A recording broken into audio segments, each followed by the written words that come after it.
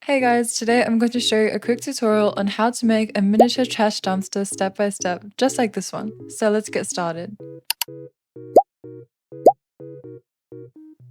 The first step is to make a base structure, and I'm using cardboard. The cardboard can be any random one as long as it's strong and sturdy. We're going to need a front, back, and two side pieces for the dumpster. The back and front piece should be different sizes, with the back being larger, and then the left and right should be the exact same. For the left and right pieces, they should have sort of a slant on the very top. And then once you glue it all together, you'll have just like this box.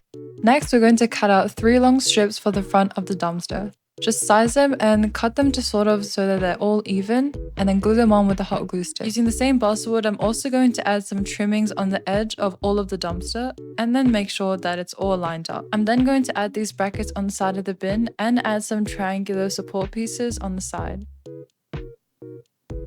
For the lid of the bin, I'm going to use 2 pieces of cardboard and then stick on little wooden handles on top. After this, we finally have the base structure of our dumpster, and now we can paint it. It looks really cute so far. So we're just going to quickly paint it with the base color, and I'm going to use grey, and then we're going to layer it with some dark green paint. Using the dark green paint is a little bit hard since I was impatient and didn't wait for the paint to dry properly, but after a few coats it started to become more matte, and I added more detail gradually, layer by layer. Adding weathering and also some white dry brushing is the best way to go about this. And make sure to use some lighter green hues as well.